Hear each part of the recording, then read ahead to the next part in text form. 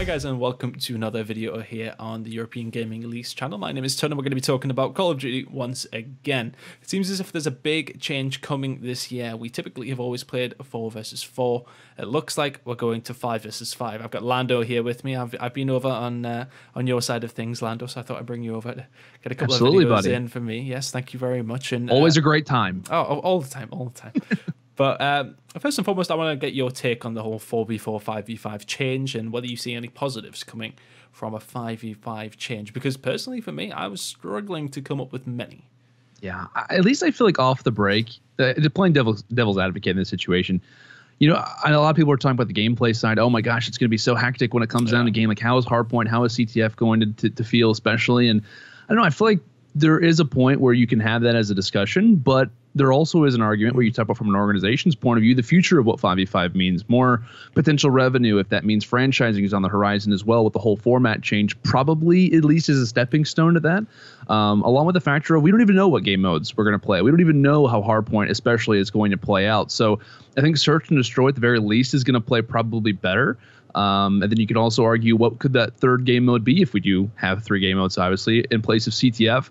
You could argue Control, right? A new map, or a new game mode, rather, excuse me, for Black Ops 4. It's meant for 5v5. It's meant for the maps given, obviously, are on this title, especially. So, I don't know. I think, at least from my perspective, there are a lot of positives that could be coming. The big thing there is could, but I'm excited to see what happens, along with the roster potential as well. I think there could be some really interesting storylines and a bright future for what could be 5v5. And we're going to talk about rosters here today, of course. This is what the video is about. We're talking about these rosters that have been formed in the off-season, what it means now for them, and potentially what we can see now that 5v5 seems to be coming in. Of course, we will find out on the 19th, and by the time this video is out, it will be only 2 days' time. So it's going to be an interesting one when we do see that live stream to find out everyone's fate for the next year. Yeah. But going into it, we're going to stick with Europe first. Sorry, Lando, but we're going to go into we're going to go into Red Reserve, and Red Reserve, arguably the best European team on the circuit last year, arguably probably the best team to not win a championship last year, or not win an event, I should say. So let's see what they're going to do. Their current roster: Scraps, Rated, Joe, and Zero, sticking with what they had last year.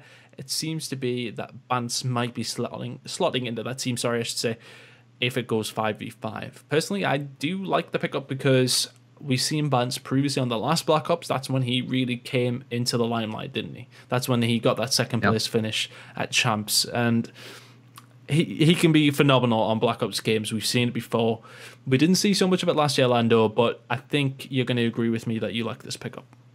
Yeah, I definitely think so. I'm really glad that you brought it up. You know, like Red Reserve really was pretty much the best team last season to not win a championship. And I think, at least in my opinion, coming into champs, there were like 3 major rosters that people were looking at to win CoD champs. You could argue probably one of them was Team Caliber. There was a few other rosters that were kind of coming off hot victories as well. But the third name on that list was Red Reserve. Everyone was thinking, hey, this team has a huge opportunity to potentially win a championship. And with the recent addition that they bring on with Scraps, you've got the consistent play from Zero, and obviously Joe, whenever he's going off, is absurd as well. So you look at this team and you're saying, okay, hey, the slang power is there. Now, for running the 5v5, I think, you know, granted, like you mentioned, it wasn't the greatest year for Bance by any stretch of the imagination. However, you really want a guy that's not necessarily going to be even better of a Slayer, but who's going to overall complement this team.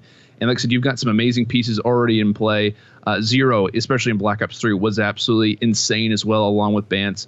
You especially already got, Scraps in the SMG type role. You've got Rated, had a insane year for the AR category, especially from Europe and World War II. So, because I think this team is only going to get complemented even more with the addition of Bance. Yeah, and I think when you look at Red Reserve as well, you feel as if they could definitely go after somebody internationally. You could definitely go after an American. Yeah. But, I mean, if they are going to go after Bance, which at this moment in time is just a rumor, of course, but it seems to be the fit that they want to stick European. They want to stay over here, practice over here, because if they get an American player on their team as a fit, they have to make the connection issues work somehow. So I think that's going to be difficult if you were to go overseas, of course. Another thing I want to touch on is that maybe a complaint from some of the Splice team was that Bance was hanging out with all the Red Reserve too much. So I don't think that's going to be a problem that he gets along with them now. So we know that they get along. He's really good friends with Trey Zero, of course. So I think that team will work quite nicely. Now we're going to move on to this new team that seems to have formed. I'm going to call it just Mad Cat's team for now because we don't know what organization they're going towards. Got a little idea, but I can't drop that, unfortunately. Mad Cat, Dave, Josh, and Alex. Now Alex leaving Unilad to come to this team of veterans, I would say. And on paper, it's a fantastic team. If you look at how they were last year, you would sort of say, well, we don't know how they're going to be, but we've seen previous years that this team have looked very, very solid. One of the names I have heard that could potentially be slipping into that 5th spot, if it is 5v5, is Tommy. I've got a couple of questions around that because I think obviously Tommy as a player we know is sensational, but we know he wasn't dropped from Splice because of his gameplay. Right. And in that Splice team was Mad Cat and Josh at the time. Oh no, Josh wasn't in there, but Mad Cat was there at the time. So any issues that have lay there in the past need to be gone for this team to work, I think.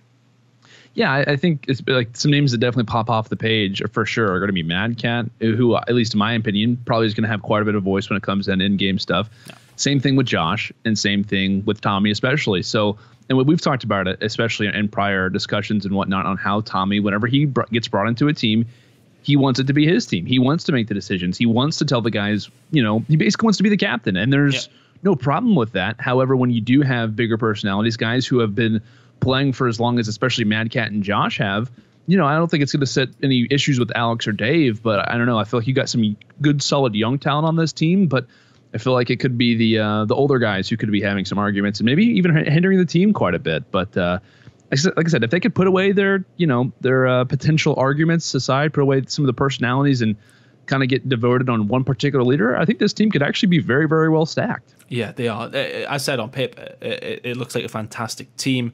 Yeah. I mean, I don't know how the setups are going to run. I think it's going to be 3. What seems to be the idea is that most people are going to be running 3 Rs, 2 SMGs on particular game modes anyway. So I think that would work in that respect. I mean, they could all chop and change, to be honest with you. So I think on paper, it's a very, very good team. I'll see how it works, though. I think Tommy would be a good placement into this team. We know what he can do, but we'll see. Because I think realistically, we know that there's been problems with Tom in previous teams in terms of like gelling with other people. So we'll see. We'll see. We don't doubt his ability at all. It's just sometimes that we know that players can clash heads. It's as simple as that. Moving on to Unilad, who I think the 5v5 change hurts potentially because at this moment in time, as far as I'm aware, I don't know who their 4th is going to be, never mind their 5th. Yeah. Currently it's sitting at Wuskins, Shawnee, Zed. I think losing Alex is a big, big problem for them because we know how strong he was last year.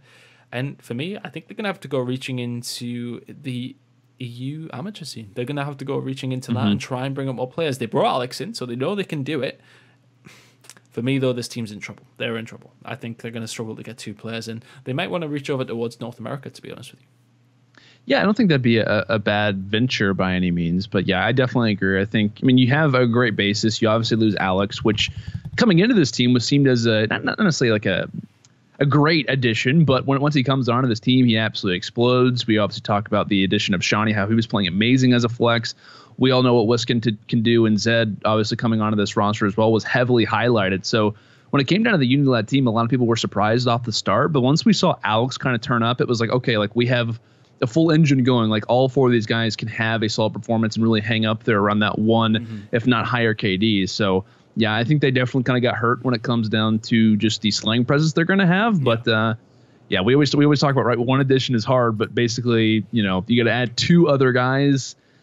We're talking about how Red Reserve, Mad Cat's team, they're picking up a lot of the top talent, and where do they go from here? It's hard to predict. I mean, they're gonna have to look towards Epsilon members, I would say. I was thinking the same. You've got Vortex, Rudy, and Hawkey, who at this moment in time I don't really know what's going on with them. I know that Vortex, when I spoke to him before Champs, where Epsilon already knew they were splitting after Champs, of course, after the year they've had, that wasn't surprising.